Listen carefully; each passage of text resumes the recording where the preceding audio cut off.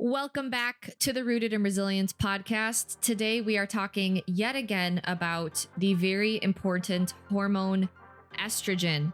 So we have Dr. Wendy with us again today. And I think that our last few podcasts have been very eye-opening for so many people. They've also really challenged people's belief systems. And truthfully, Dr. Wendy, I'm still a little bit confused on how you view physiology. So before we get started, I'd like to touch base on where we're all at and where we're all in agreement. And I hope that the audience can now digest this information as well. Most people are estrogen dominant. This is a similar agreement amongst, Dr. Ray Peat, other individuals, and Dr. Wendy. Blood serum is not a good marker for stored estrogen in our tissues. And so if we actually assess stored estrogen, most people are estrogen dominant, and women in menopause don't need more estrogen supplementation. They don't need more phytoestrogens through soy and flax. And so a very good path forward for women improving their health and men is to stop the exogenous estrogen supplementation, reduce your consumption of these high phytoestrogen foods. The two biggest offenders are going to be flax and soy.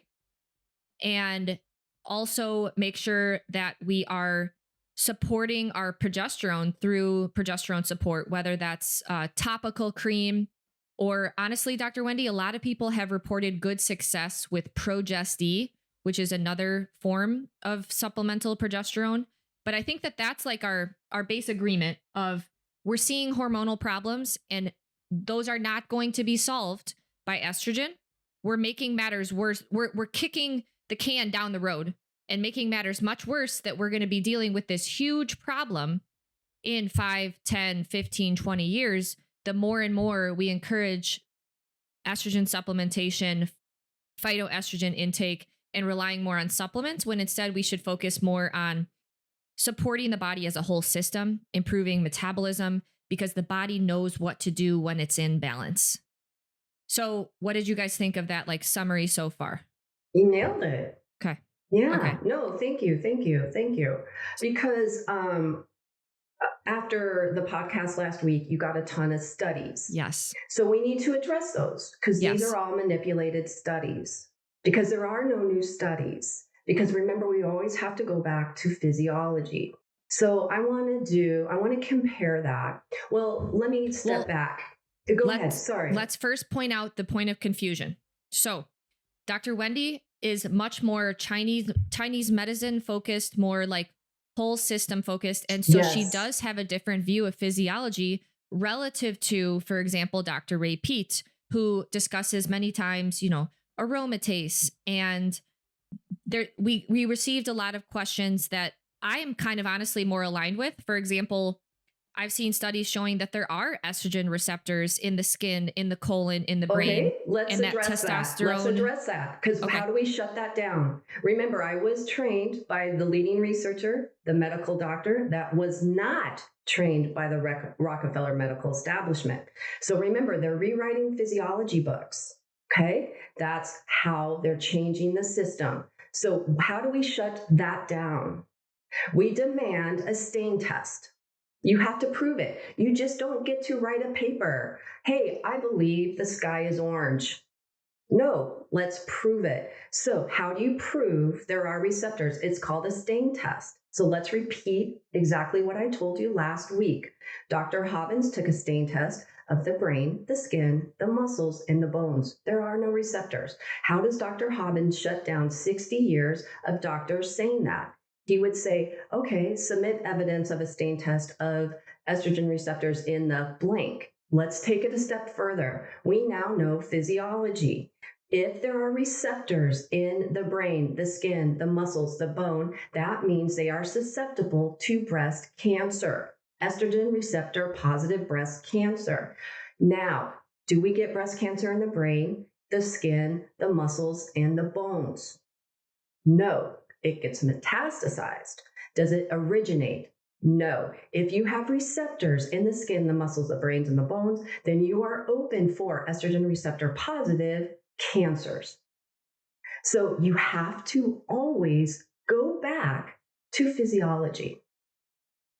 Do you understand? Does that explain that a little bit better? A question that came out of that is a lot of people may ask, like, okay, everyone's estrogen dominant. Where is that estrogen sitting? A lot of it is being stored in our fat cells. Yep. So, Dr. Wendy, why is that a problem? If there aren't receptors in other parts of the body, why is having stored estrogen in our fat a problem then? Because that's how we are estrogen dominant. So what we learn, okay, let me explain two different things. When I was doing research for breast thermography, the first book, when I was doing research, I found evidence that synthetic estrogen created more binding sites. So I think there might be possibly two things going on. So remember, we only have receptors in the sex organs, right? So what they found, I think it was Charles Dodd, again, it's in the book, and I apologize if I don't give the correct doctor the correct acknowledgement. It's not disrespect, I can't remember every little minor detail. I believe his name was Charles Dodds. So what he found is that these synthetic estrogens created more binding sites in these receptors. So they're trying to keep up, right? I believe that's what I'm seeing with this vascularity. That's our theory. So what I believe, when you see that vascularity, remember, we shouldn't see any vascularity. So not only do I teach physiology, I use a physiological test to prove it. Okay? So I believe there's two things going on. They're stored in our fat cells, so we have to allow the body to naturally metabolize, because it is naturally metabolizing. When I say metabolizing, I mean it's meeting at the receptor and burning it off. That's how you metabolize estrogen or progesterone, okay? So I believe there's two things. It's sitting in your fat cells, and I believe there's a possibility of it creating more binding sites. So what you want to do is remove the estrogen, give yourself a year to naturally metabolize, like all my patients, like myself. How come it works? How come what everyone's doing isn't working? So it's you guys, like, I love how you said, I pull back and look at the entire body. I do. I think you guys are too analytical, because you have to remember, you guys are breaking things down. You guys believe right now Rockefeller medical establishment has everything down to the smallest number, and we're the sickest we've ever been. It's not working. It's not working. You believe that you can do things in labs, so you believe that's how the body works. That's not how the body works. The body is magnificent and it is dynamic. Just because you can create fat cells can reproduce estrogen and fat cells in vitro in a lab, that's not happening in our body. Let's take it a step further with that other study. Okay, let's say fat cells produce estrogen. They can't. Only organs produce certain hormones, correct? That's why our body created or built, or however you want to believe we were created, either by a creator or evolution. We have organs. Organs have specific, functions. Yeah, they have specific functions, right? Like the liver breaks down fat, pancreas with the sugar, glucose, etc., right? So let's say, just for example, fat cells a simple molecule could magically produce a hormone. Okay, let's say that. Let's just take it, because you all need to think critically. So take that idea and now apply it to the human body, because we're not thinking critically. We just are, let's accept. No, let's put that into motion. If fat cells could produce estrogen, then a side effect of obesity would be breast cancer. That means large, obese men would have breast cancer. That's the side effect, because fat cells are producing estrogen. Remember, excess estrogen increases your risk of uterine cancer and breast cancer. Now, men are, as I stated in my book, since 1979, 0.9% increase in breast cancer in men annually since 1979. Why? Like I said, it's the phytoestrogens. It's when they put soy and made seed, soy is the seed oil, right? As the emulsifier, right? It's in all our foods now. So that's when we start seeing an increase in breast cancer in men, which never existed before. And that's when we see testosterone dropping. So we have to move past women. We have to see, because remember, Dr. Hobbins and I treat trans to breast cancer, men to women, children to old people, to the elderly, right? So you now have to take that estrogen that you believe in that study is correct and apply it to the opposite sex. Apply it from the old person to the younger person. Do you understand? You can't just say it only works like this way in women. Okay. So a follow-up on the whole like aromatase Let's concept. not jump into that yet. Okay. Because we cannot even get, do you understand? We are still stuck in level 1. So let me explain.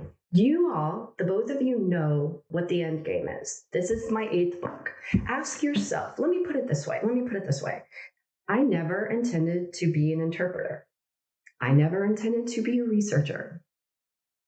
I was a blank slate. I knew nothing, which is a brilliant place to be from Dr. Hobbins' end. He's now looking at me. Remember, Dr. Hobbins traveled all over the world 10 times, circled the globe, he says. Super happy that he did that 10 times, teaching thermography, won the key to Lyon, France for his research in thermography, started both academies, 3 academies in America, Asia, and South America for his research in thermography, trained 1,800 doctors worldwide. I'm talking, he became best friends with the leading cardiovascular surgeon in Japan.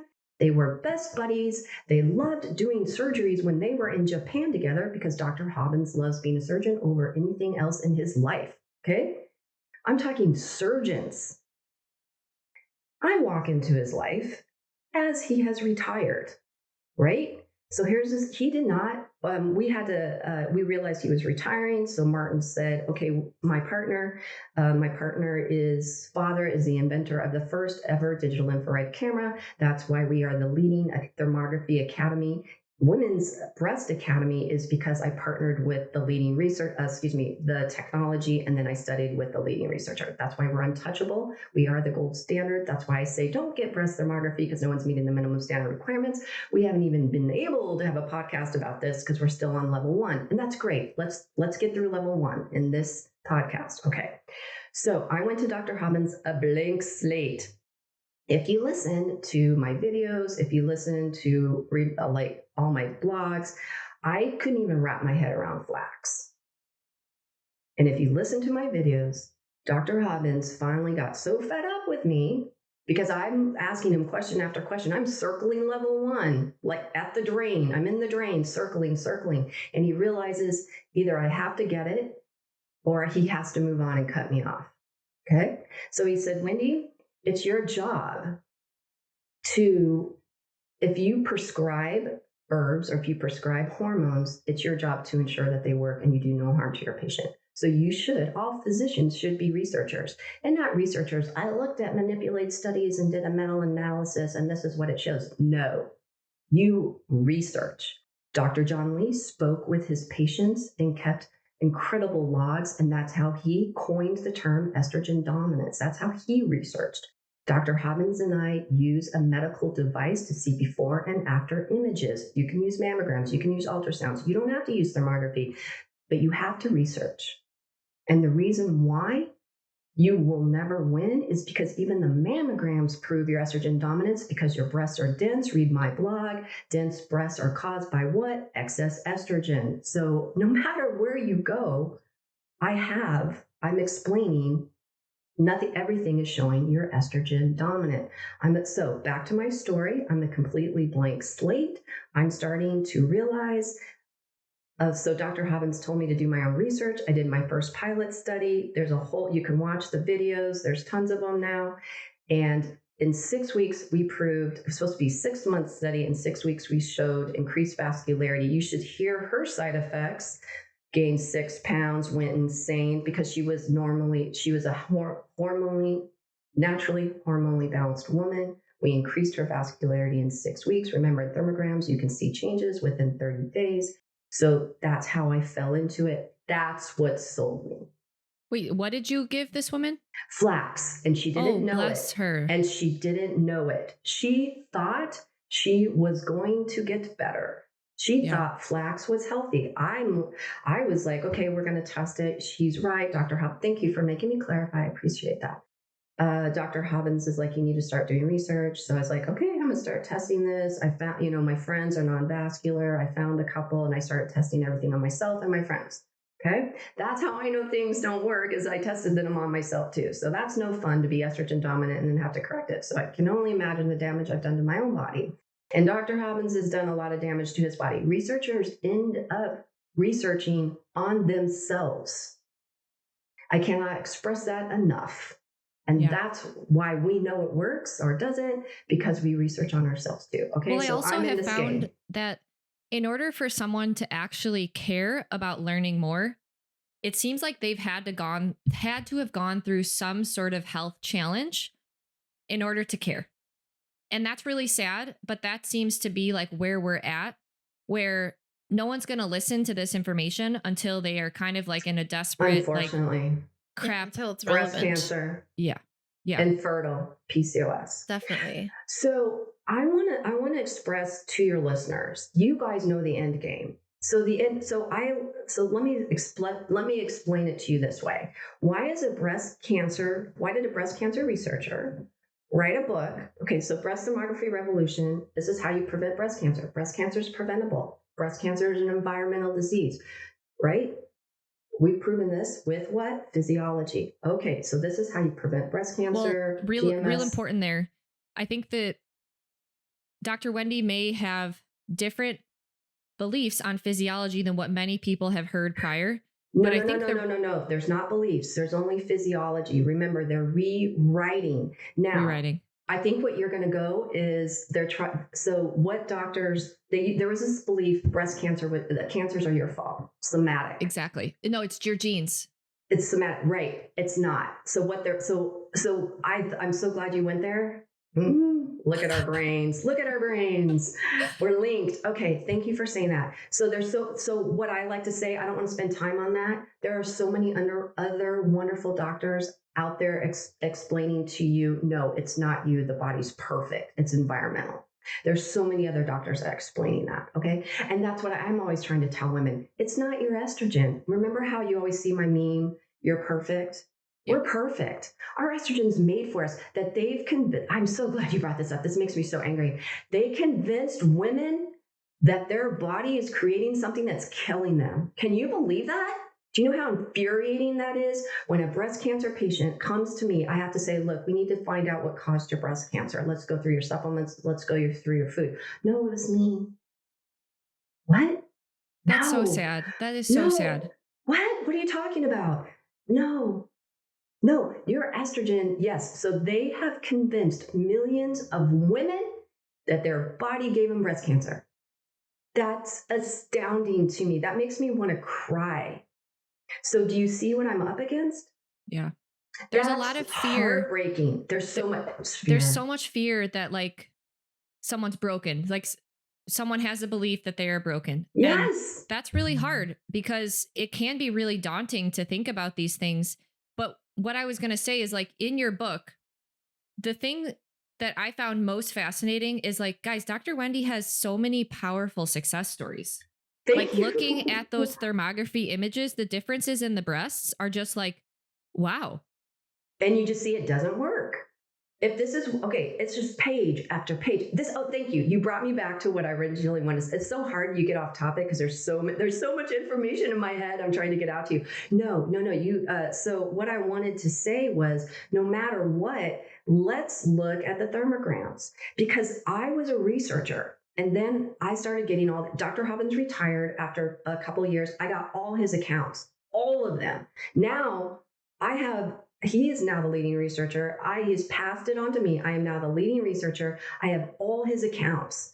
I am seeing, remember, we are the first doctors to publish research that bioidentical estrogen increases risk. Do you realize, women out there, listen to the words that are coming out of my mouth? They did no research on bioidentical estrogen. They did none. They just started prescribing it to you. There was no research.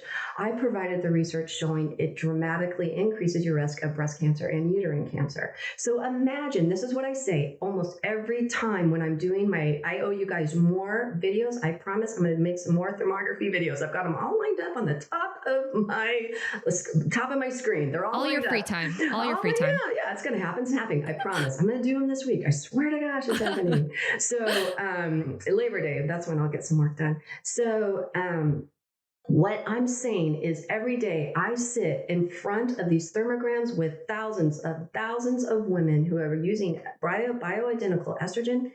If it worked, their breasts would return to a state of non-vascular. It's not, they're hypervascular and they're getting cancer. So the end story always is breast and uterine cancer. You can sit here and give me a piece of paper and tell me what you think on a manipulated study. You can sit here and tell me what you think works with physiology, but I know physiology. I have to teach you physiology because people are lying to you. And to me, that is astounding that a medical doctor can lie to you about how your body works and then blame you for your disease because they're the ones that should be held accountable. What is the third leading cause of death in the United States? Allopathic. Oh. Yeah. Oh, thank you. Yeah. You hit the nail on the head. What is the number one cancer? Breast cancer. If estrogen is beneficial, why is the number one cancer breast? Yeah. And why is the third leading cause of death in the United States? Medical doctors and pharmaceuticals. Okay. I still am at level 1. Hello, my name's Ashley and I'm still at level 1. Okay. So I was there. So do you view the purpose and the reason why our body even has estrogen to begin with? For reproduction. That's it. So let's get into it. So this is what I want to do. I want to compare. This is what I want to do. So you all know the end game. So this is what I was trying to explain. Why did a breast cancer researcher who wrote Breast Thermography of the Evolution, why is her 8th book called Soy Boys? Why does her 8th book warn in 20 years, another researcher has warned us in 20 years, sperm count will be 0. That means no more naturally born babies. What does that mean? That means the men, what have I proven with phytoestrogens? All catfish are female. All turtles exposed to phytoestrogens are female.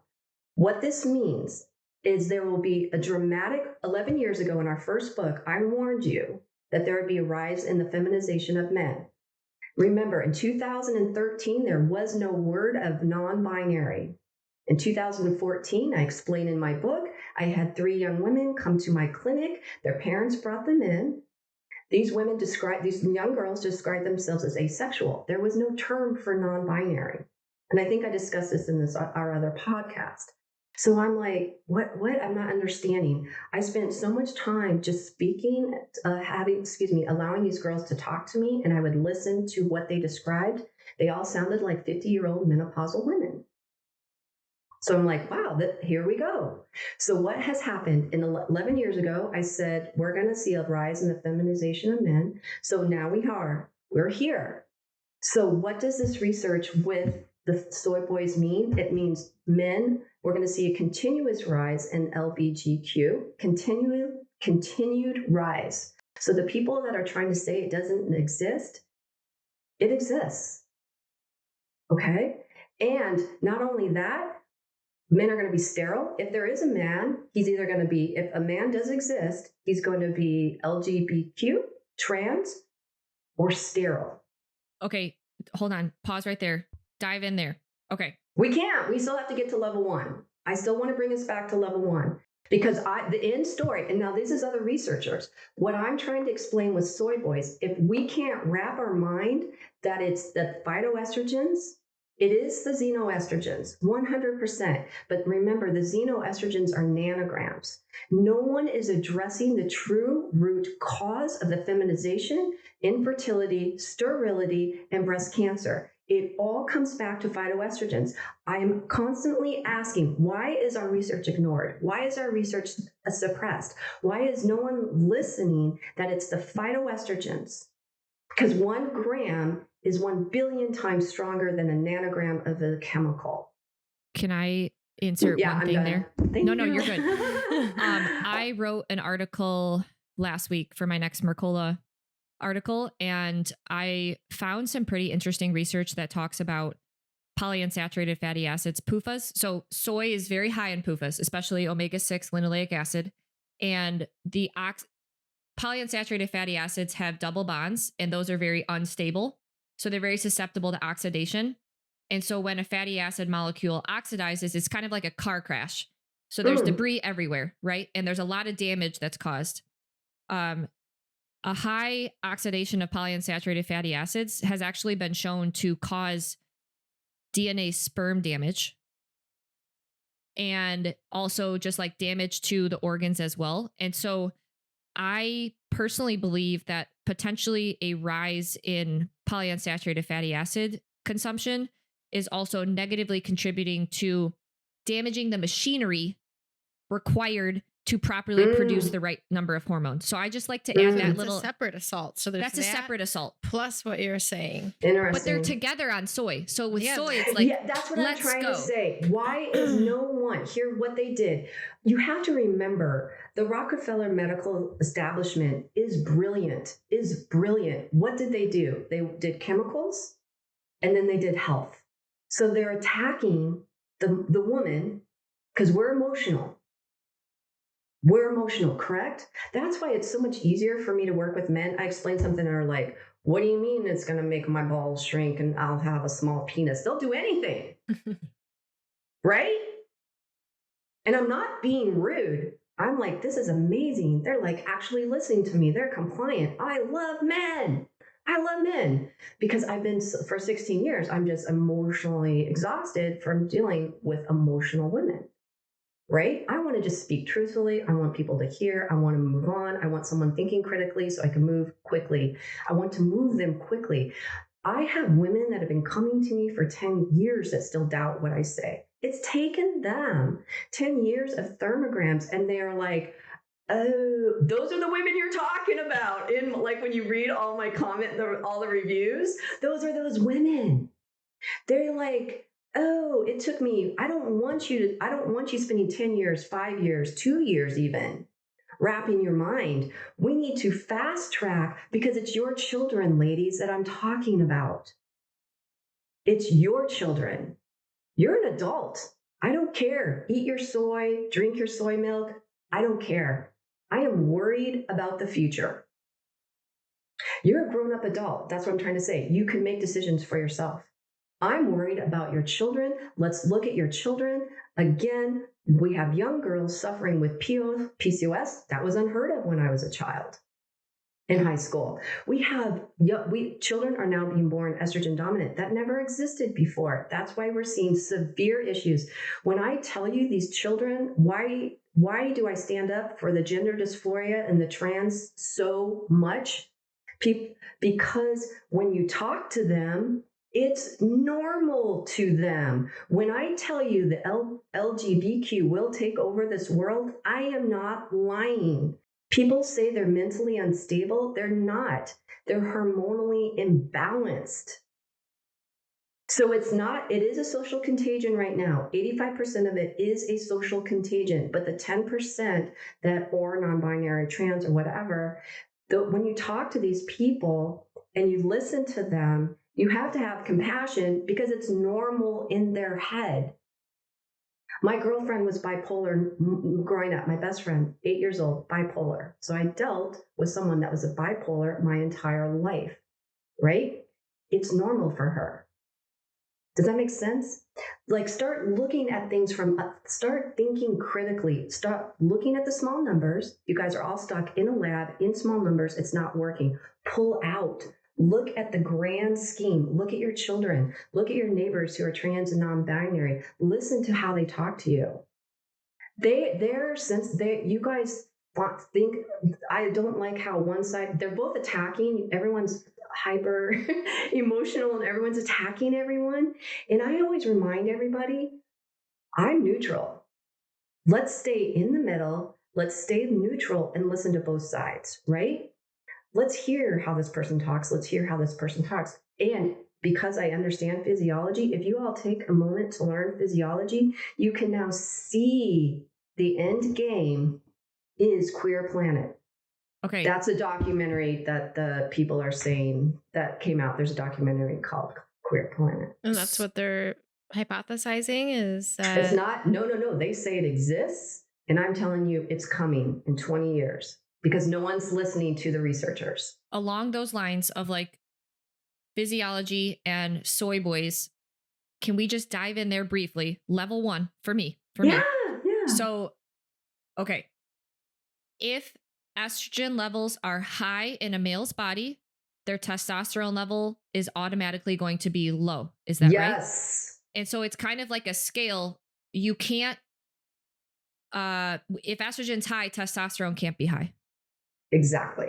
And so if there is estrogen stored in their fat cells, that's increasing the number of receptors and action of estrogen in the body. Possibly, who knows, but estrogen stored in the fat cells until it's ready to be metabolized by the sex organs. Okay. What are the ways to encourage the metabolizing?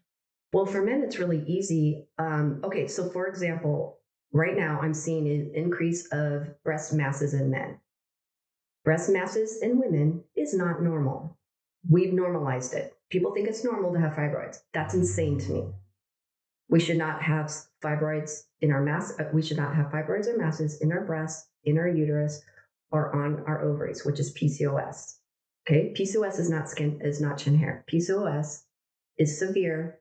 It's infertility caused by masses on the ovaries. Let's get over the chin hair. Let the chin hair go. Let's let the hair go. They're distracting you with the hair. Okay. So men are now getting breast masses because I'm getting all the calls. I'm 54, getting all the calls from women my age. Remember, because all the children, we're seeing severe issues in young children. I don't care about you guys anymore. I care about your children. I'm going to repeat that 100 times because I'm getting all the calls. Okay. So here's my call from my girlfriend. My son has a breast mass. I'm like, he has to get a biopsy. He has to get a mammogram.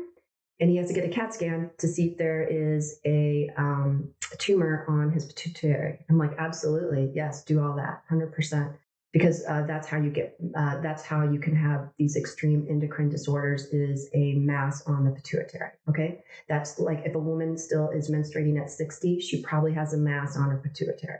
Okay, so again, everything can be explained. So I said, okay, yeah, go through all that. Is he doing CBD, ashwagandha, and all these like new herbs? No, my son would never do that. Yeah, he is. He is doing that. So you need to have a talk with your son. And then my girlfriend's daughter's on the other line. Mom, he's totally taking CBD. I've been telling you it's the CBD. I'm like laughing. And she's like, oh, okay, I guess he is taking. I'm like, yeah, they are. Because like Joe Rogan, all these CBD guys, they're all like CBD drink, CBD da-da-da-da. Like Kevin Costner, everyone's CBD. So super easy with men. As soon as you remove the estrogen, the testosterone naturally rises so quickly, those masses dissipate. So I am pretty positive when I talk to men now, because I've seen it so many times these last few years when men have breast masses, I'm like, oh no, you're just using fenugreek. So they sell free testosterone. Wouldn't you buy testosterone if it was sold to you as free testosterone? I'd buy it. I'm a normal consumer. I'm at the health store. I see free testosterone. I want to raise my testosterone levels. I'm going to buy that free testosterone. Guess what the main ingredient of free testosterone is? It's called fenugreek. Fenugreek is in another supplement called My Breast Friend to promote lactation. Men are taking lactation hormones. And they rebranded it and sold it as free testosterone. Do you see how we haven't even? We're still at level 1. I want to get to level end because you are going to die when you see what they're doing to men. It's worse. So remove the CBD, This is why I believe they are brainwashing you and rewriting physiology, is because they're pushing the health agenda now. CBD cures cancer. How many times do I have to hear that every day now? Tell me you are not going to be flooded with websites of CBD is curing cancer. CBD right? is very profitable. It's very profitable. And but people be like, no, it's not. It's an herb. It's a weed. Okay, so here's the soy. This is soy. If you can't accept soy, you'll never accept all the other phytoestrogens. Do you get it? So real quick there, Dr. Ray Peat has discussed pretty extensively how estrogenic regular marijuana use can be. And I think that we're potentially seeing a rise in that. But I think, like you said, the CBD is something you can now buy over the counter. Is that right? Mm-hmm. Oh, yeah. And it's like in gummies and creams and stress things and baked goods. Yeah. Yeah. And people are putting it in progesterone cream. Oh, do you see how no one ever gets better with progesterone? Because everyone's putting lavender in it, almond oil, CBD, black cohosh. That's why no one ever gets better with progesterone, is because they're contaminated with phytoestrogens. So for men, it's a good thing. It's really easy. As soon as you remove that estrogen, their testosterone naturally goes back. So it's actually really easy. That's why I love working with men, because you see results so quickly in months. Women, it's going to take longer. I have a quick question. Yeah. Would a short-term fat loss phase be beneficial as well? Yeah. Thank you. That's where you and I fit together, because I'm more concerned with, let's just stop reintroducing the estrogen. Yeah. That's when you stop guys can the assault. Yeah. Right. That's why I love working with other, because I just learned a lot from you today that I didn't know. I don't have time. I'm fighting my battles every day because I'm still at level 1 with everybody. Yeah. Right. So I love that you guys can come and that's what, we have to all work together, because you can explain things I don't understand. But doing a fat loss phase and still having that exogenous estrogen will do no good. No, exactly. Step 1 is stop the assault. Yeah. Stop reintroducing it. Allow it. And it takes, for women, it takes like a year. That's why with PCOS, I never promise or fibroids in the mass and uterus, I will never promise you can reduce those. Because I don't know who you are constitutionally, and I don't know if you are going to reintroduce those estrogens. Men, very easy. Very easy. Just stop the estrogen. They all will, because they don't want to walk around saying they just had a biopsy for breast cancer. Right. But that's why you're seeing, now that's why I have a lot of trans come in, right? Because they want to double check they're not at risk for breast cancer, right? Even though they're still men and they're still producing testosterone, they're using high levels of estrogen, right? So they want to make sure they're fine. Then they have the hot flashes and the night sweats. I'm like, welcome.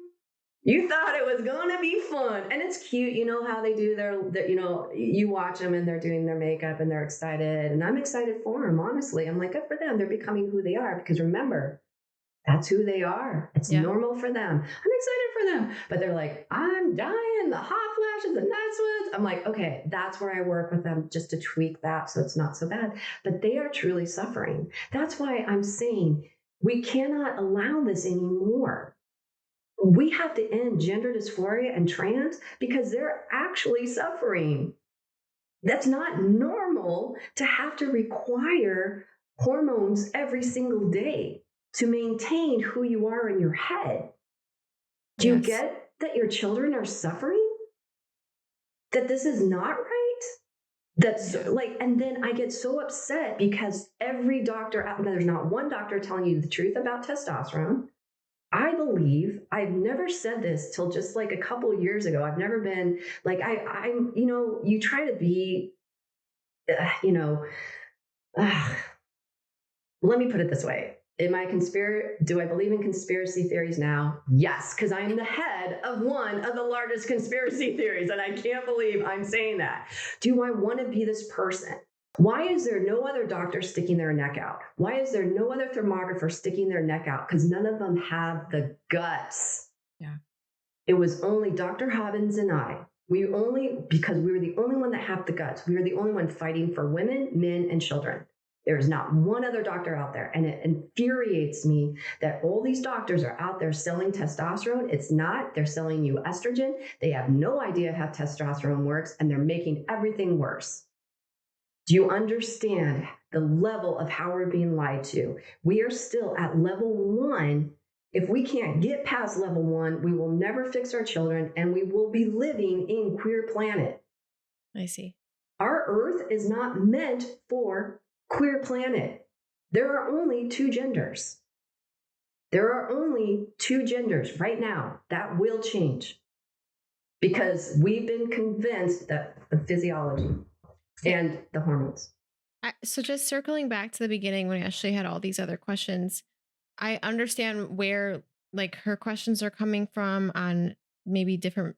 I know you say like there's only physiology, but then people trying to, ask you all these different questions about it. And I sense your frustration because that's like in the weeds, where what you're saying is we need to focus on the larger picture and what's happening. And sure, there might be minute differences in beliefs here and there, but the larger scale of what's playing out is actually very scary. And that's what you're trying to warn people about. So that's the way I'm seeing it, is why you don't really fixate on the small differences at the bottom level, because you're over here screaming, pay attention to what's happening. What's coming. Yeah. What's coming. And there's other researchers warning you, but no one has specifically said it's the phytoestrogens. And that's why I'm saying this is how incredibly intelligent the enemy is. They're so smart. They've brainwashed. The doctors are now robots. They've brainwashed millions of robots.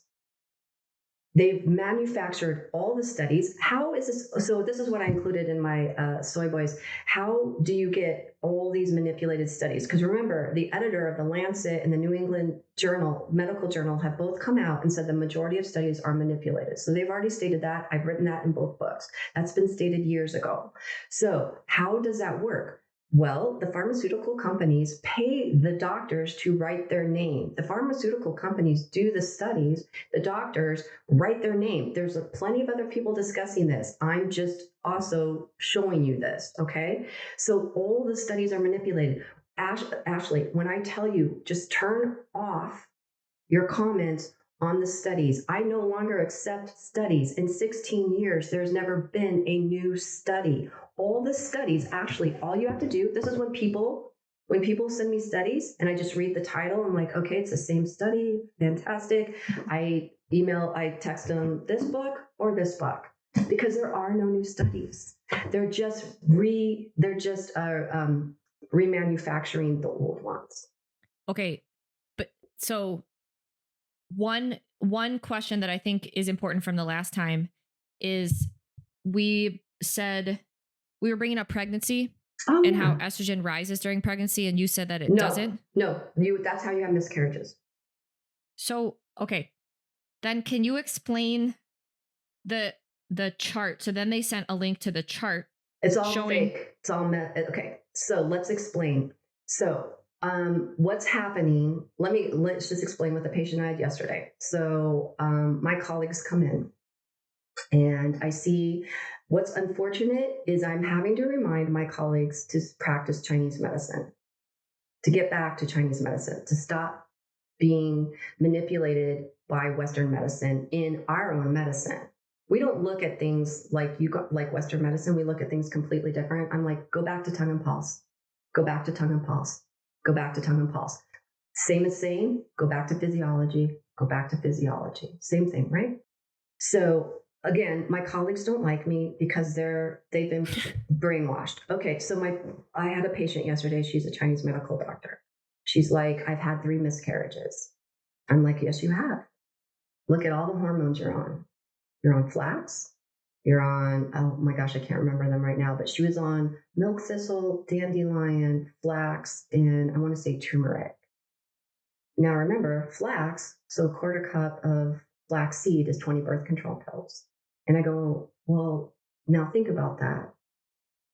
What have you done? Why did you have 3 miscarriages? And she's like, oh my gosh. I'm like, right? And she's like, and it was a really wonderful discussion because I'm like, okay, I believe she's 46, and she's like, I want to have one more child. She's like, do you think I can? I'm like, absolutely you can. Heck yeah, you can. Because we're going to get you off the estrogen, right? As long as you're producing an egg, you can have a baby. I wanted to have a baby at 49. I did. Remember, I met my husband at 49. I wanted a baby in there. But I have my work and, life, right? So, yeah, we think about that a lot. Should we have had babies? But then you and I wouldn't be here talking, okay?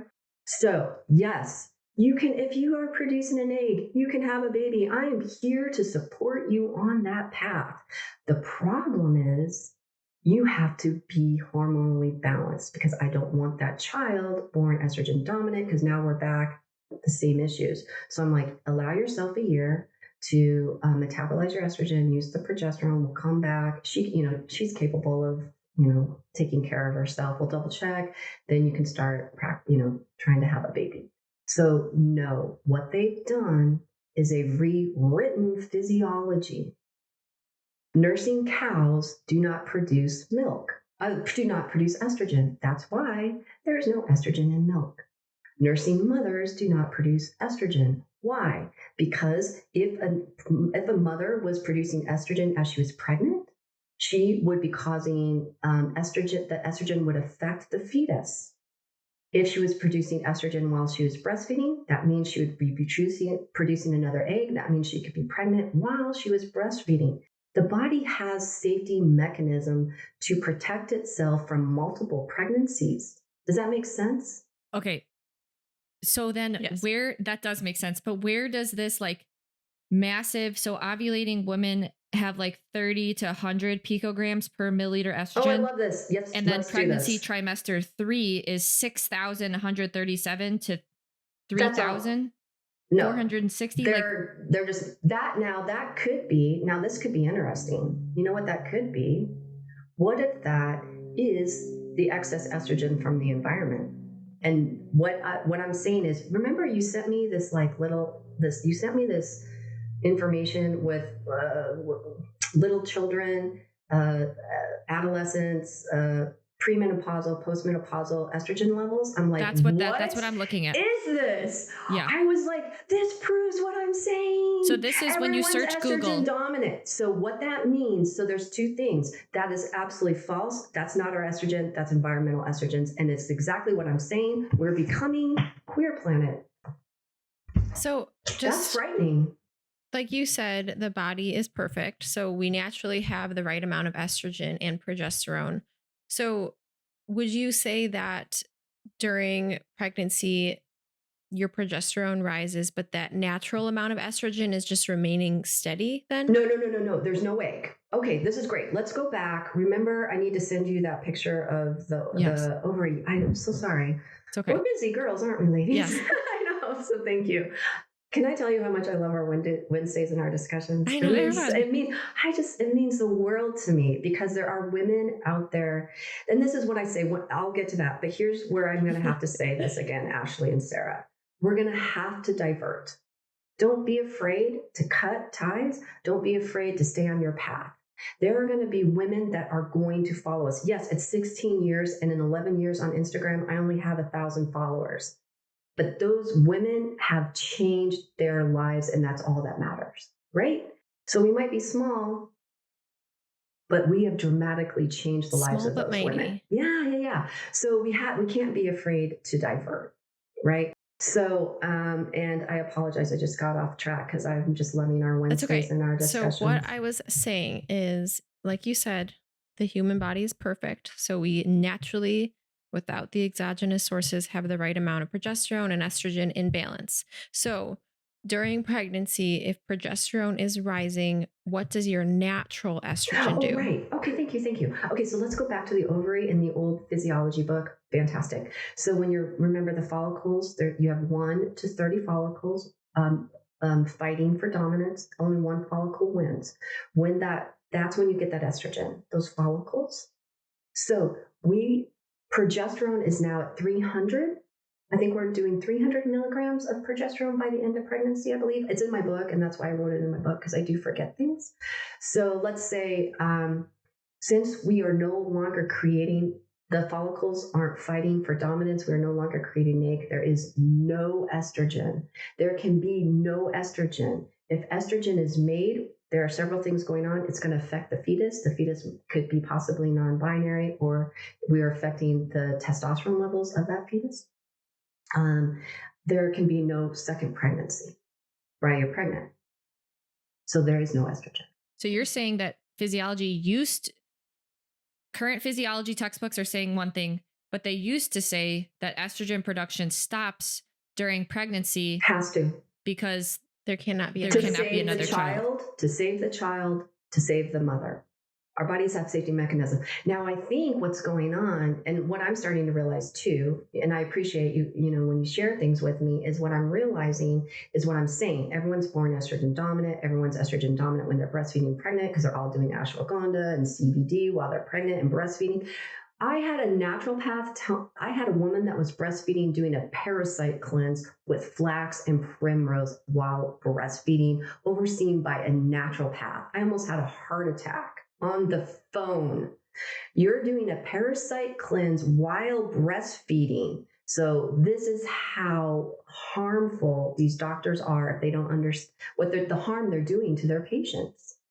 Who would put a breastfeeding mother on a parasite cleanse? This is the level of ignorance I'm dealing with. I was stunned because I'd never even heard this. And she was coming in because she had a mass. Of course you have a mass. You're feeding a child, 10 birth control pills every day. What have we done to your child? I couldn't even tell her that part of it. Yeah.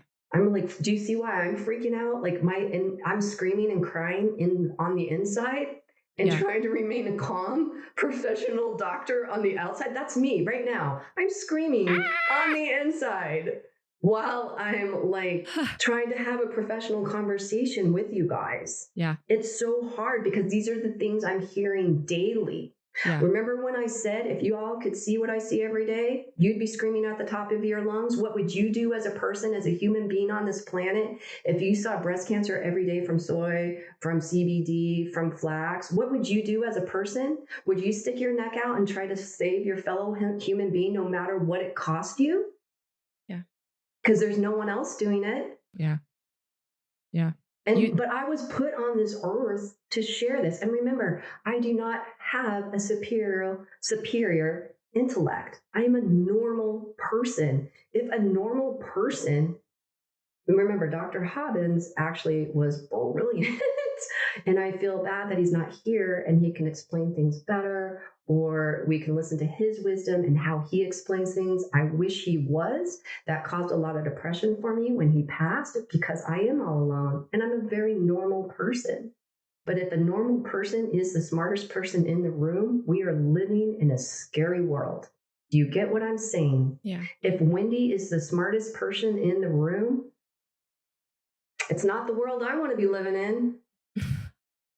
You just you down talk yourself, but you are very intelligent for no and brave.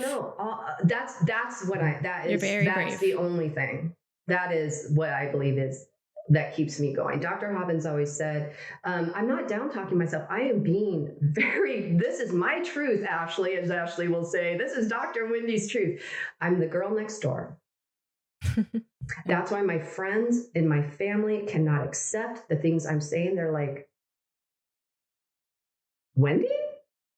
Yeah, I'm just a normal. I'm just a normal person. I didn't succeed, and you know what I mean. I wasn't the star. I wasn't the valedictorian. I didn't go to Stanford. I didn't. Do you get it? Just the normal person that had a desire to learn. So when I tell women you have to become your own hormone researcher like I did, I'm not lying. If you can do it, I can do it, because these doctors are lying to you. You have to become that's why I support these women if they want to become their own, I'm not, the one thing I will say is, no, if you want to do herbs, you need to spend about 5 years studying herbs and working with patients to really become excellent at herbs. But if you just want to become your own hormone specialist for your family, it's very easy. Just follow Physiology. Just look at, all the studies are in my book. Again, if you got, the book is more in depth where I'll break down, Dr. Hobbins and I together break down. He speaks so eloquently and so differently. I have to talk like we're in the 5th grade. That's why I wrote this book like I did. And people still are like, I can't follow your book. It's so dense. And I'm like, it was written for someone in the 5th grade. Soy Boys is not. Soy Boys, I get to write that one like a normal book. So that's why I like Soy Boys. But the breast cancer one is written in the 5th grade. But I think, why don't we look at it like this? Why don't we compare the vaccine and estrogen? I think if we could just start there, because there's millions of doctors. Okay. 4 years ago, thank you. 4 years ago, we heard there was a cold that was going to devastate the population of the world. So we had a group of doctors come out and say, hey, remember Physiology. Remember, there was a group of doctors that came out and said, remember Physiology. We have natural immunity. The body's amazing. We've survived thousands of years. We've survived several plagues. We'll be fine. Let's protect the old and the young, right? Physiology. Then you had the Rockefeller medical establishment doctors come out and say, you're weak. The body's weak. It's deficient. It can't handle this. We have to give you the vaccine. If you don't take this vaccine, you all will die. Literally, you're not exaggerating. Let's do estrogen. Let's do estrogen. Dr. Hobbins and I wrote a book 11 years ago. We were like, remember Physiology. We produce, X amount of estrogen and progesterone. We're hormonally balanced. Trust in Physiology. Our bodies are perfect. You will not have PMS. You will not have PCOS. You will not have symptoms of menopause. And you will dramatically decrease your risk of breast cancer. Remember, 20% are the weird environmental, like radiation, pollution, things that we just don't know about, right? So and for those reasons, like those small reasons, I think that it's okay to have symptoms every now and then. Like it's a part of living life. Like there's not going to be perfect day to day where there's no symptoms expressed. We can't live in a bubble, but we can't normalize these other symptoms like PCOS, PMS, and the horrible symptoms coming with menopause. The very severe issues. Yes. Correct. Thank you for clarifying. I appreciate that very much. Okay. So Dr. Hobbins and I came out 11 years ago saying, hey, trust Physiology, remove the estrogen. Now, you have millions of Rockefeller medical establishment doctors come out. I don't care what their names are. Everyone's like, I have not, in 16 years, do you think I ever cared about what any of their names were? Because they're all replaced every year. There's a new one in their place. There's a new one. There's a new one. There's a new one, right? Okay. They all come out.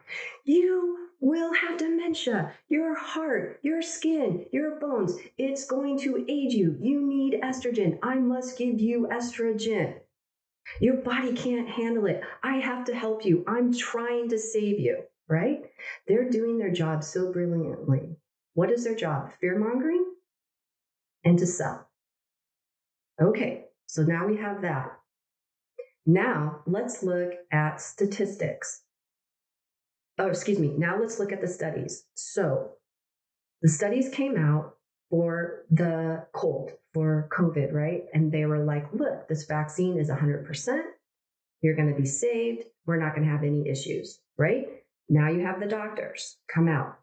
Well, that doesn't make sense because, and they explain with Physiology why that study doesn't make sense, correct? They're like, that doesn't sound right to me. I believe that study might be manipulated, right? So you had all those doctors were censored, right? Who's censored on TikTok for saying testosterone, the estrogen causes low testosterone? Me. I'm censored, right? So we don't need to go through my studies. We've explained the studies for the first, how long have we been talking? 45 minutes, right? We've already explained those, right? I'm explaining all these studies are manipulated. Next, here we are 4 years later. Let's look at the statistics. What have we found out? The vaccine was ineffective. It actually made those people prone to more bouts of COVID, correct? So And now we have, I don't know, I don't keep up and I'm so sorry, but let's say we have a 16 to 18% worldwide unexplained deaths, right? So the people vaccinated, we're seeing a dramatic increase in, the myocarditis, we're seeing clots, we're seeing all this, right? All statistics. Again, I apologize, you guys, but I don't want to focus on that. There's millions of other doctors or thousands of other doctors that can tell you that. So then here come the natural doctors again, the holistic doctors. So remember that time 4 years ago, I was trying to tell you to trust the human body, and if we didn't, this would happen. Here we are. So all these natural holistic doctors are now saying, this is what we tried to warn you, to trust in physiology, right? Yeah. Now so that's what I'm doing. So Dr. Hobbins and I are showing you breast cancer is the leading cause of cancer. And now in Japan, it is too. They adopted the soy diet, the American soy diet, because we are so strong in our propaganda as Americans. We have now convinced Asians to use more soy. Traditionally, they only used 1.5%, 65% was from pork. And remember, it was the iodine that always saved them, because iodine is amazing. We talk about that in our book. Iodine is amazing at decreasing risk of all cancers. That's a whole other issue we can get into another day, right? And again, we discussed all that. It's the iodine. So now you have, let's look at breast cancer is the number one. If estrogen was needed, why do we have breast cancer? So take it a step further. I don't even stop there. I don't stop with the manipulated studies. I don't stop with the statistics. I now have 400 thermograms showing you all these studies. If this is true, why isn't it working? So not only do we explain it with physiology, not only do we explain it with statistics, we even take it a step further and show with a tool, a medical tool, research tool, proving that these theories do not hold up under scrutiny. This is why I'm always saying, how come you cannot replicate these clinical studies you cannot replicate these studies in a clinical setting, meaning our body. So I would say that our audience is very much on the same page of no one needs more estrogen. Like stop the assault. Not everybody. Not everyone, but most of them. I think where some of them are getting they're confused by our conversations, and I still am too, because I learned physiology a little bit differently, is I think that they're just confused on the mechanistic side. So I think we're all, I would say that most of our audience is on the same page. Y'all got to stop the flax, you got to stop the soy, and you got to stop this exogenous estrogen supplementation. So what I was trying to say is I understand the mechanistic differences that you're seeing, but what I'm seeing from Dr. Wendy is that is a minute detail with the grand scheme of the larger problem is what we need to focus on. So that's what I'm seeing. Well, I want to get into, so we have to save our men. So where are all the men? Where are all the men? I don't even want to get into this conversation. Oh my gosh, you don't even want me to go on this. Before we get into it, and I don't know, and I don't want to. I don't want to. I want to say that I guarantee the men that are in our audience are already not doing the phytoestrogens, and they're very much where you stand with nutrition and stuff. So I don't mean to insult them and say that where are they, because they're there. There are some men who are doing this. We see you. Yeah, and I appreciate that. But here's the thing: if they're doing supplements, you have to remember, why are all these men having to use large quantities of testosterone? Because first of all, soy is still in the majority of our foods, and the women are bringing it in, and then they're bringing in the lavender in the laundry soap, and then they're bringing in the CBD. Men are addicted to CBD. That's how they got the men. Yeah. That's how they got. Tell me a man who's not using THC or CBD, eating it or putting it on his skin. It's rare. And I'm not talking smoke. I'm smoke it. I want you all to smoke, because it's not direct. I can't see how it's direct. I've asked for evidence to prove it's direct. I believe there's an indirect consequence of it. But directly, when you consume it and when you directly put it on your skin, you're decreasing your testosterone levels and by raising your estrogen levels. So what I'm trying to say is, yeah, there are men out there that work out, that eat meat 100%, but that's all you should be doing. You shouldn't be using any other supplements or using CBD. And that, see, as soon as they hear that, I'm telling you, every man in your audience, when he realizes it's affecting his sperm and his strength, I'm telling you, he'll be like, I'll smoke it.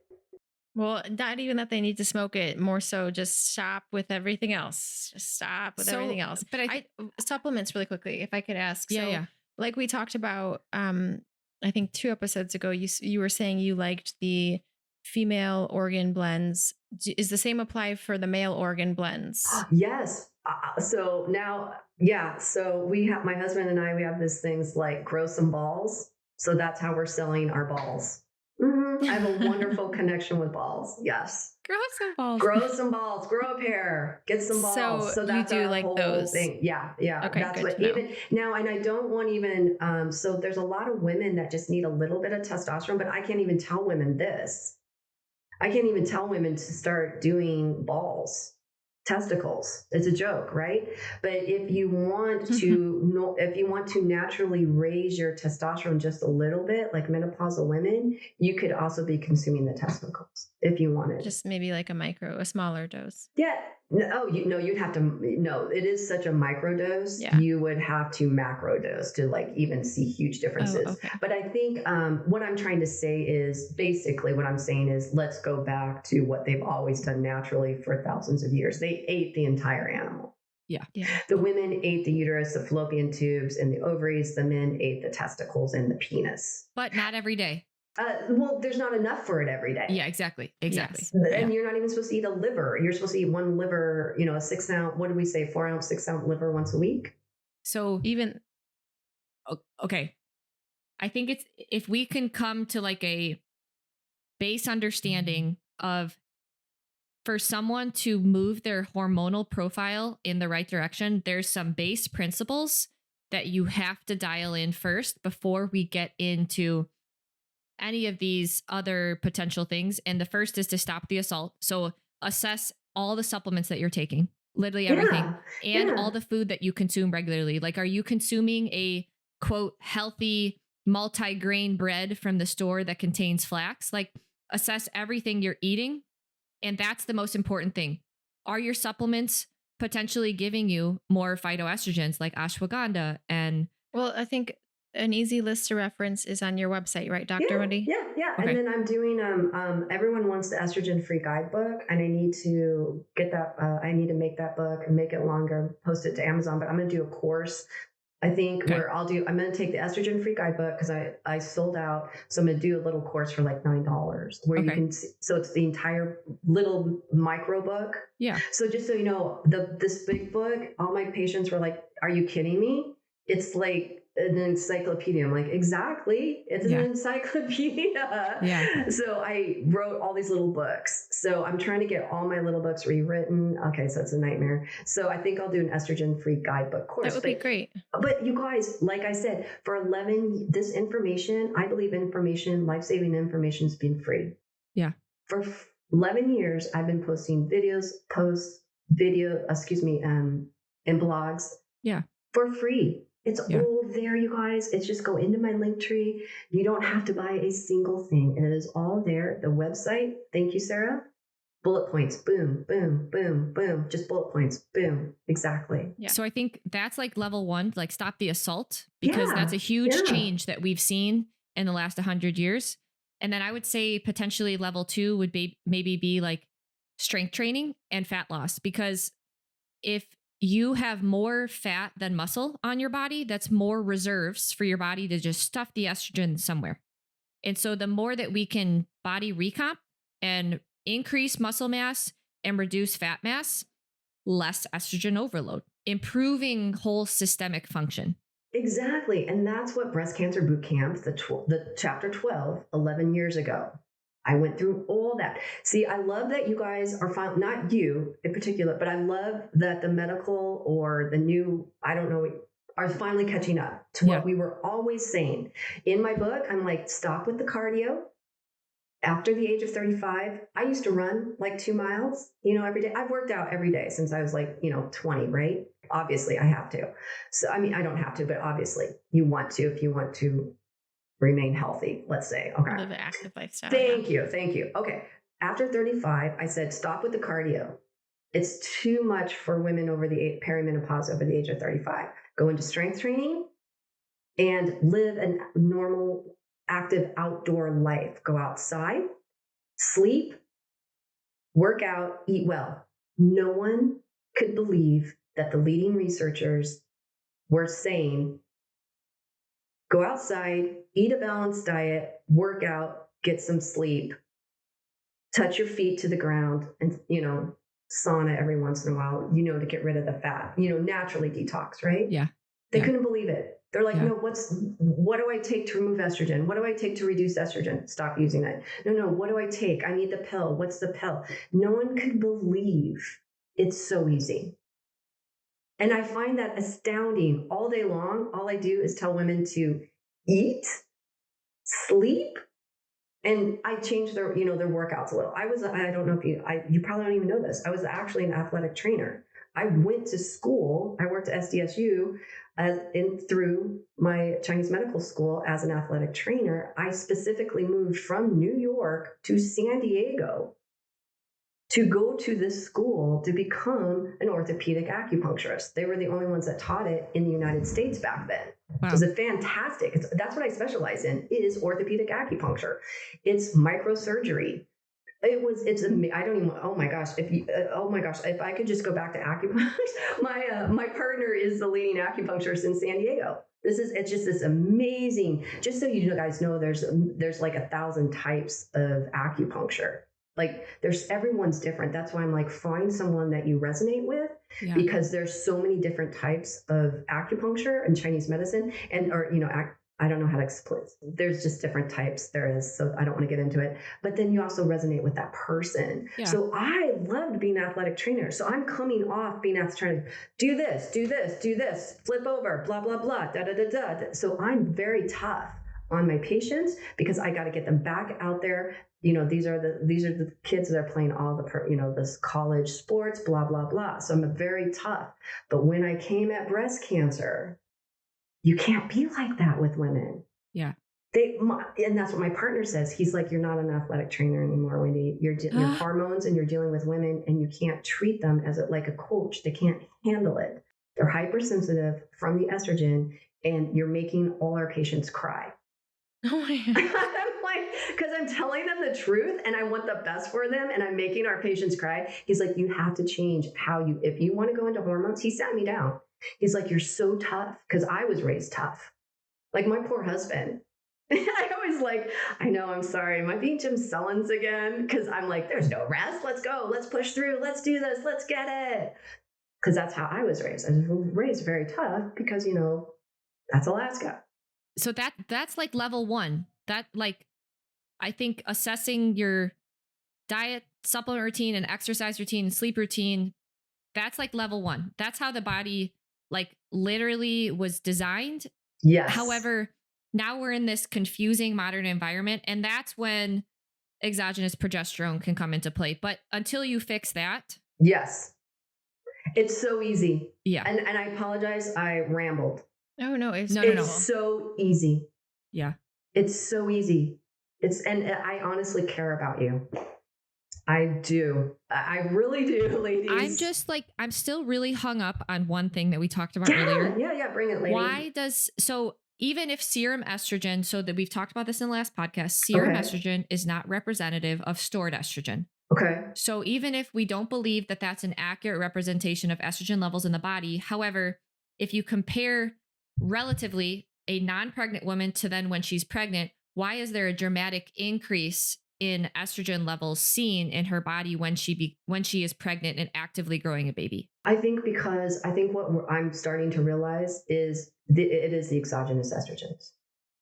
I think is that what you're trying to ask? I think what I'm realizing speaking with you, and that's why I've really enjoyed our Wednesdays, is I'm realizing everything I'm saying is now coming to pass.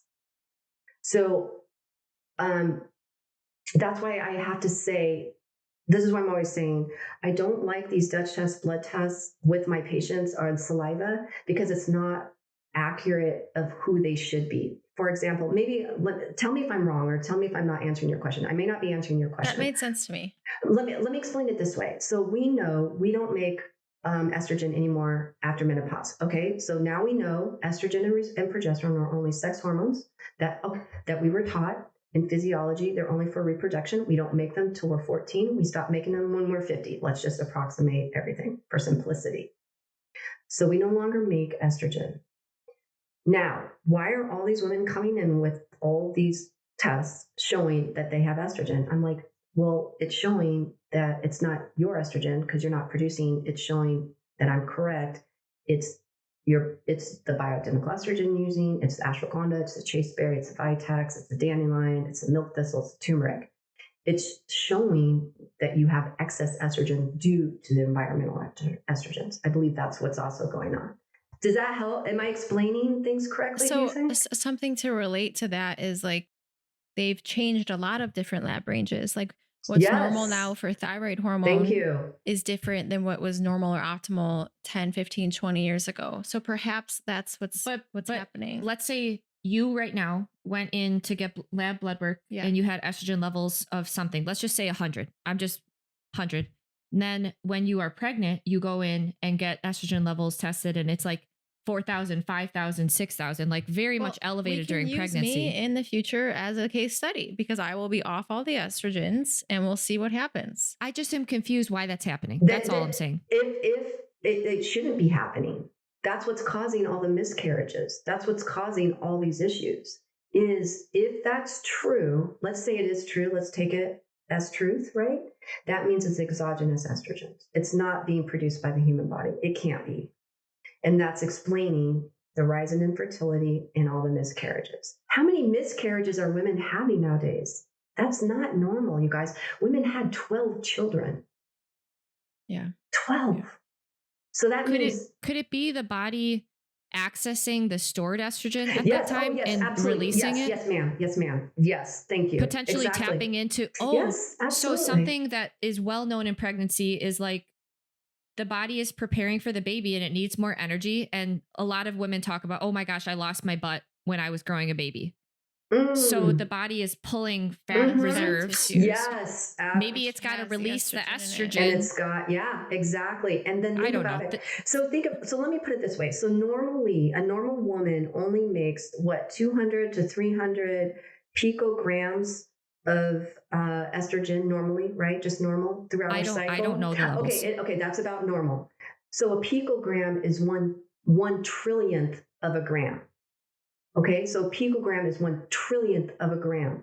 So when people try to say, oh, cows have estrogen or we're drinking hormones from cows, no, it's the same thing. Our estrogen shouldn't even be measurable if we're only making 200 to 300 picograms normally in our cycle.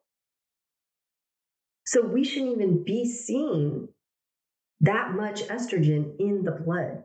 That we're seeing this, that's why I said these tests just aren't accurate. It's not who we should be because we're producing 200 to 300 picograms, 1/1,000,000,000th of a gram. That's so minute. Our bodies require the smallest amount of estrogen monthly. Does that make sense? As an asterisk there, they're now changing the cow diets. And so the cows are being fed soy, flax, algae oil. They have to be. And that's alarming because it's increasing the phytoestrogen content of our food supply. And it's also increasing the PUFA content. And that's damaging the hardware. That's damaging the hardware, the machinery. This is getting to this. This is where this has to happen because this book will come true. No, we are living in this book. No, like we're in the middle. We're in the middle. We only have 20 years, Ashley. We only have 20 years, and that's other people's research. Yeah. So they have to do this. They changed our diet by putting soy in everything, and now we have these obese children, and now these obese children are trans. There are non-binary. Who are these children? Do you ask the diet of start talking to people and just listening. No judgment. Be a physician. I care for every human being on this planet. Because remember, Dr. Hobbins says we do not discriminate against any patient. If a patient is coming to you, you have to listen with an open heart to treat that patient, and you have to know how to treat that patient. Okay? So I accidentally told, I lived in San Diego. I go out to all the gay bars because I like to watch the drag shows in the early 2000s, right? Because I'm in school in San Diego. My neighbors are gay and we all go out at night, and I accidentally started talking with the trans, and I accidentally started treating all the trans, right? Because I wanted to hear what they had to say. I had the information to give them to treat their side effects. If someone's talking to you and someone's miserable and you have the ability to make them less miserable and more happy, wouldn't you do that? Yeah. Right? So we have to listen. So what they've done is they're doing exactly what the playbook that we said 11 years ago. They put soy in all our food. So they made all these children fat, and now they're confusing them, right? They're sexually confused, right? Yeah. So what are they doing to the cows? They have to do the same thing to cows. What did I say in the research? All turtles are female. All catfish are female. They're feeding catfish nothing but soy.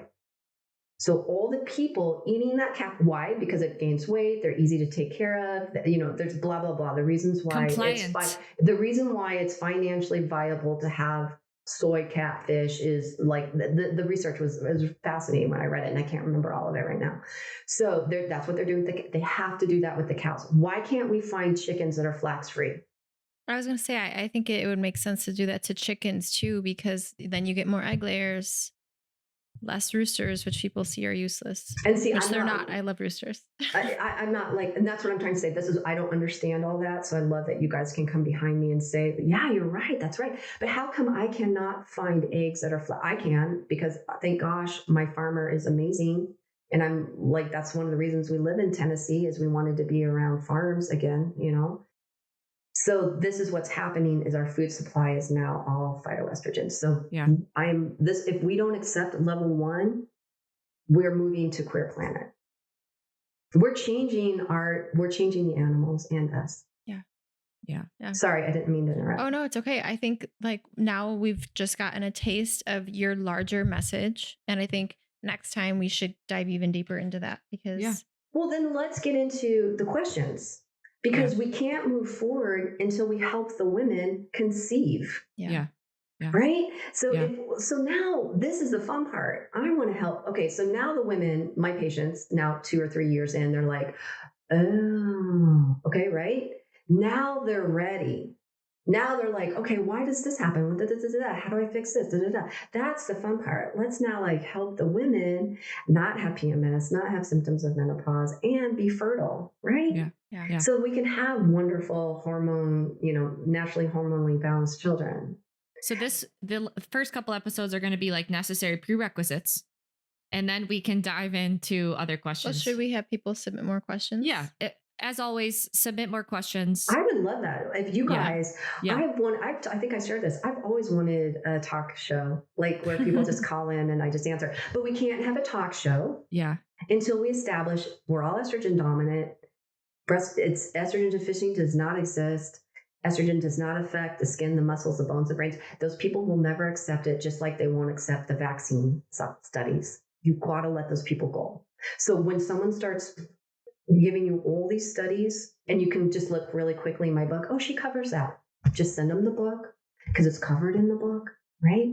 So it's the same thing with the vaccine. That we had to remember how we're all like this through the vaccine, and then all these people fell off. That's how it is always been with the estrogen. These people are just going to fall off, and you just got to let them go. And in a future podcast, I really want to talk about how people can get more thermography imaging of their breasts, because I know that us talking about these things is powerful and helpful for people. But when someone sees an image of themselves so and when they powerful. see an improvement, that's the most powerful thing that can happen. Yeah. And that's why I think people love blood work, because it's immediate feedback, even if it's not necessarily accurate in some regards. So like, how can someone have access to these things? I think that that's going to be an important thing. Well, then that's going to be one dirty podcast. If you think we've been speaking, I've kept the drama of breast thermography out of the conversation. And I'm hesitant because, I'm not here to badmouth anyone. Yeah. But then we're going to have these academies reflect on the decisions they decided, because why did Dr. Hobbins, Dr. Bales, and myself have to start an academy, a consumer advocacy group for breast thermography, because no one's performing breast thermography correctly in the United States? Why did we have to do that? Dr. Hobbins had to do that a second time. So there's a lot of drama there. And people, why is there no other thermographer standing next to me? Why am I all alone? There's a lot of issues there. This is like, remember when I said it's going to be a telenovela? Yes. With maybe we can discuss like reasonable alternatives if someone doesn't have access to Dr. Wendy's thermography. Like let's say they have like PCOS or PMS. Okay, can you go get an ultrasound or a mammogram? Yes, absolutely. And have a before and an after. I love that you just said that. One of the things you can watch this, I did a live video and I explained, and this patient just came back. She's fascinating to me. She had a 15-year-old daughter. She had PCOS. They did an ultrasound of the ovaries. The naturopath put her on Vitex, chasteberry, same thing. A year later, the ultrasound proved all of the cysts had grown. Oh, wow. It's very easy. So that's what I tell every single person that contacts me. I'm like, get an ultrasound. We're going to do this next time. Breast or ovaries. Yeah. Great. PCOS, PMS, symptoms of menopause. Deep dive next time. Yeah. Okay. Yeah. I love, and like, I think the questions will open up more. Yeah. Does that make sense? Great. Yes. Like, I love the questions. Yep. Like, let's deep dive. Okay. Let's help these women because they're miserable. By next time we'll be in our new studio. So we'll be looking a lot more professional. Okay, so that's exciting. So we're improving our our audience and viewership experience, hopefully. So, okay. I'm happy for you. Thanks, Wendy. All right. Appreciate your time. Thank you. And we will schedule that next podcast here soon, but appreciate all your bravery and continued quest to share your truth. I think we didn't say this in the podcast, but I can't express how grateful I am that you two have stood up next to me. Think about it. In 16 years, who's standing next to me? Speaks volumes the type of women you are. Oh, well, thanks, Dr. Do you Wendy. get that? Yeah. Do you get that? Yeah. Okay. We're honored to be here with you. Yeah. I appreciate it. It goes both ways. Thank you.